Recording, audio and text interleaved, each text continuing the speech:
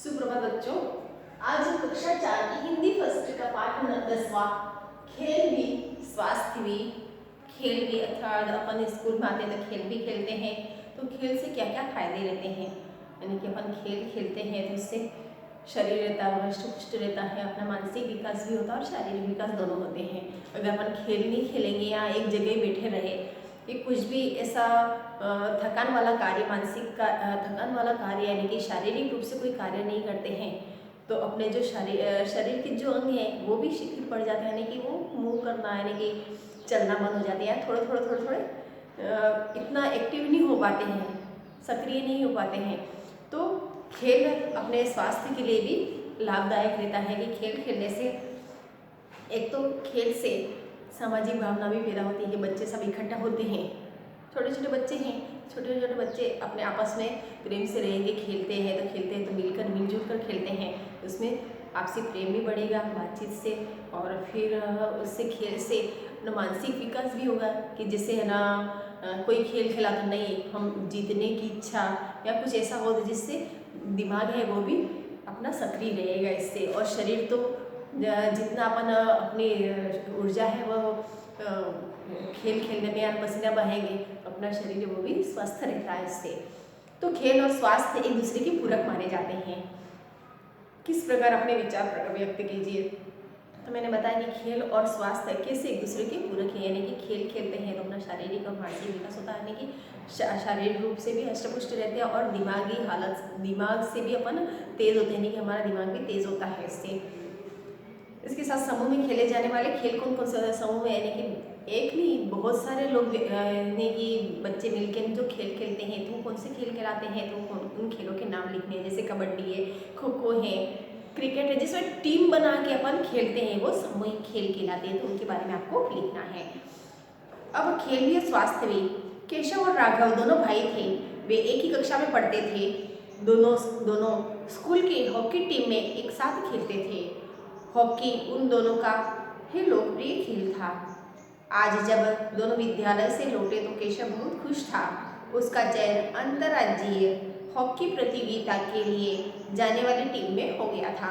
अब कौन सा खेल खेल रहे थे वो हॉकी, जिसे हॉकी लंबी स्टिक रहती है उसको गेंद को उसको मारते हैं, तो वो वाले हॉकी स्टिक वाला जो खेल है उसमें दोनों भाई थे, कौन कौन, केशव और राघव दोनों खेलते थे। अब इसमें किसका है ना राज्य स्तरीय चयन हो गया प्रतियोगिता में केशव का। राघव अपने भाई केशव के लिए बहुत खुश था, पर स्वयं के न चुने जाने पर थोड़ा सा उदास हो गया था। राघव था वो भी उसके साथ ही खेलता था पर उसका चयन नहीं हुआ, उससे थोड़ा सा उदास था, पर अपना भाई का चयन हुआ उससे वो खुश था। घर पहुंचते केशव के पिताजी इससे लिपट गया और बोला, पिताजी जानते हो मुझे अंतर्राज्यीय हॉकी टीम में चुन लिया गया है। अब केशव की खुशी का ठिकाना नहीं रहा और वह जाके घर पे जाते हैं तो कैसे अपने स्कूल का सारा जो भी अपने स्कूल में जो भी रूटीन हुई, यानी कि जो चीज़ स्कूल में जो भी प्रोग्राम हुआ ना, जिस से अपन गुजरे वो सारे अपन पूरी कहानी अपने मम्मी पापा के सामने रख देते, घर पे जाते ही तुरंत पूरा, यानी कि हमारे स्कूल में आज ये हुआ था ये हुआ था, बोलते कि नहीं बोलते वैसे। अब केशव था वो बहुत खुश था क्योंकि क्या हुआ था, वो राज्य स्तरीय जो प्रतियोगिता होगी उसमें अंतर्राज्यीय राज्य में जो प्रतियोगिता होती है एक राज्य की दूसरे राज्य से स्टेट लेवल पे उसका चयन हो गया था, तो वह बहुत ही खुश हो गया था। तो वो उसे खुशी का ठिकाना नहीं रहा, तो वो घर पे जाते ही तुरंत उसके पिताजी से लिपट गया और बोला कि मेरा चयन इस टीम में हो गया है, इस दिन का मुझे कब से इंतजार था। पिताजी ने केशव को खूब आशीर्वाद दिया, शुभकामनाएं दी। राघव के चयन के बारे में पूछने पर केशव ने कहा, पिताजी प्रत्येक कक्षा में से केवल एक ही खिलाड़ी का चुनाव होना था, इसलिए मेरे बेहतर प्रदर्शन के कारण मुझे चुना गया, लेकिन मुझे अफसोस है कि राघव का चुनाव नहीं हो पाया।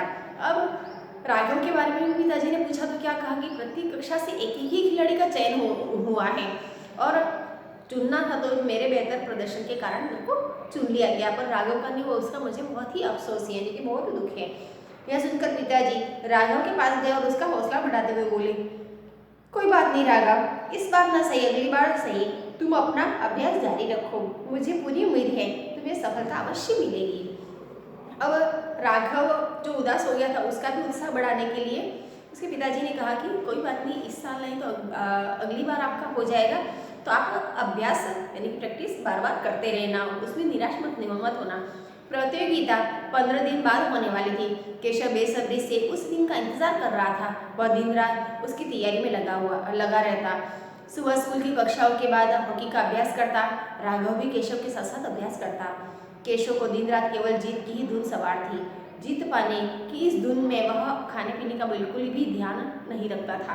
राघव उसे कई बार समझाता था कि इस तरह से उसे कुछ भी काम करने या खेलने की ऊर्जा किसे मिलेगी।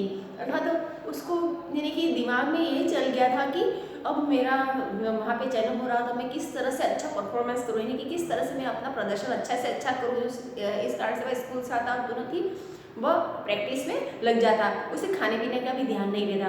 तो भाई था राघव, वो भी बोलता कि खाने पीने का ध्यान नहीं रखोगे तो तुम्हारा स्वास्थ्य भी ठीक नहीं रहेगा। तो तुम प्रैक्टिस के साथ साथ अर्थात अभ्यास के साथ साथ तुम खाने पीने की भी अपने जो शेड्यूल है उसका भी ध्यान रखो, नहीं तो तुम्हें ऊर्जा यानी कि ताकत कैसे मिलेगी। पर केशव उसकी बात अनसुनी कर देता। पर जब उसे भूख लगती तो बर्गर, पिज्ज़ा या चाउमीन बाजार से लेकर खाता था। राघव ने कई बार उसे बाहर का खाना खाने से मना कर दिया, पर कुछ नहीं होता कहकर हर बार टाल देता। अब उसने क्या किया केशव ने कि ठीक है, अगर कभी भी भूख लग जाती तो बाहर की जो चीज़ें रहती थी जैसे बर्गर है, पिज़्ज़ा है, चाउमीन है, तो वो खा के अपना पेट भर देता था। पर वो चीज़ें स्वास्थ्य के लिए हानिकारक रहती हैं।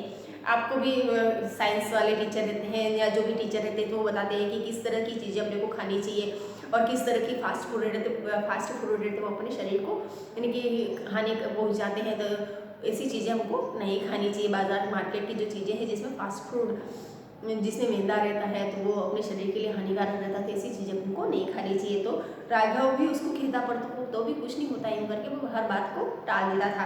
प्रतियोगिता के लिए जाने से 2 दिन पहले एक दिन अभ्यास करते करते केशव मैदान पर बेहोश होकर गिर पड़ा। राघव और अन्य खिलाड़ी तुरंत उसकी ओर दौड़े। कोच सर फौरन डॉक्टर को बुलाया। फिर केशव को पास के ही अस्पताल ले जाया गया। डॉक्टर ने जांच करके बताया कि केशव के शरीर से में खून की कमी हो रही है, जिसके कारण कमजोरी होने से वो बेहोश हो गया है। अब क्या हुआ कि वो अभ्यास के कारण इतना व्यस्त रहता था कि उसको खाने पीने की वो ध्यान नहीं रहा। उसके कारण क्या हुआ, उसको बेहोश हो गया वो प्रैक्टिस करते करते। और फिर हॉस्पिटल ले गया तो डॉक्टर ने क्या कहा कि उसको खून की कमी हो गई है इसके अंदर और इसलिए वह बेहोश हो गया है। राघव ने माता पिता को भी बुला लिया। डॉक्टर ने केशव को कम से कम 15 दिन का पूरा आराम करने और हरी सब्जियां, फल, दालें, दूध, दही आदि संतुलित भोजन करने की हिदायत दी। अब राघव को क्या किया, 15 दिन का आराम करने के लिए कहा। क्यों कहा? क्योंकि उसने भोजन नहीं किया, जिसके कारण वो अभ्यास तो करता रहा, प्रैक्टिस तो करता रहा, पर खाना भी बराबर नहीं खाया। तो उससे क्या हुआ कि उसके शरीर के अंदर जिस सबकी जो शारीरिक पौष्टिक तत्वों की कमी रहती है वो हो गई और बेहोश हो गया। तो उसको 15 दिन का आराम करने के लिए कहा और क्या क्या खाने के लिए कहा, हरी सब्जियां, फल, दालें, दही और संतुलित भोजन खाने के लिए कहा गया। राघव और अन्य सहपाठी केशव की खूब देखभाल करते पर प्रतियोगिता में जाने की स्थिति में अभी भी नहीं था। अपनी हालत को देखते हुए केशव ने अपने स्थान पर अपने भाई राघव को टीम में शामिल किए जाने के लिए कोच से प्रार्थना करी। राघव भी अच्छा खिलाड़ी था, यह बात सब जानते थे। कोच सर ने राघव को टीम में शामिल कर लिया। अब केशव की स्थिति ऐसी नहीं थी कि वह प्रतियोगिता में जा सके, तो उसने अपने भाई राघव के लिए कोच सर से बात करी और कोच सर को भी पता था कि राघव भी अच्छा खिलाड़ी है, तो उसको उसमें टीम में शामिल कर लिया। प्रतियोगिता में जाने से पहले राघव ने केशव से वादा किया कि वह जीतकर ही वापस लौटेगा। राघव ने मैदान में बहुत अच्छा प्रदर्शन किया, जिसके कारण उसकी टीम की विजय हुई। राघव को सर्वश्रेष्ठ खिलाड़ी का पुरस्कार भी मिला, जिसे उसने केशव को दे दिया। केशव खुश था, उसे समझ में आ गया कि खेल के लिए अच्छा स्वास्थ्य भी आवश्यक है, जिसके लिए पौष्टिक भोजन खाना,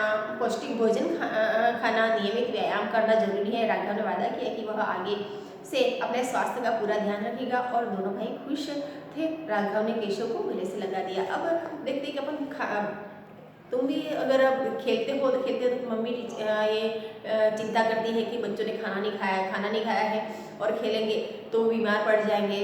तो बराबर खेल खेलते हैं तो उसमें भी उसके साथ साथ अपने को खाना भी खाना जरूरी है। विद्यालय आए तो स्कूल आते हैं तो भी बराबर टिफिन देती है। तो खेल के साथ साथ और दूसरे जो दैनिक कार्य उसके साथ साथ अपना स्वास्थ्य का भी ध्यान रखना जरूरी रहता है। लेकिन पूरे दिन काम करते हैं तो काम के साथ साथ अपने स्वास्थ्य का भी ध्यान रखना जरूरी है। जैसे केशव ने अपना अभ्यास और स्कूल के अलावा कुछ भी नहीं देखा तो वो बीमार हो गया और फिर आखिर में 15 दिन की छुट्टियां लेनी पड़ी उसको और अपने स्वास्थ्य के लिए आराम करना पड़ा उसको।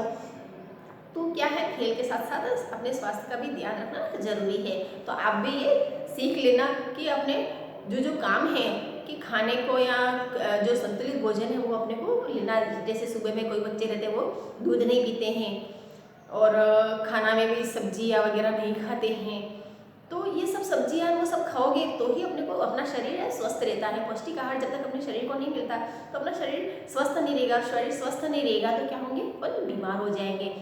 तो सब बच्चे भी आपसे संतुलित आहार लेंगे जिससे स्वास्थ्य खेल भी और स्वास्थ्य भी, इसमें खेल के साथ साथ अपने को स्वास्थ्य का भी ध्यान रखना जरूरी है। इसके जो अभ्यास कार्य है उसकी PDF आपको मिल जाएगी। धन्यवाद।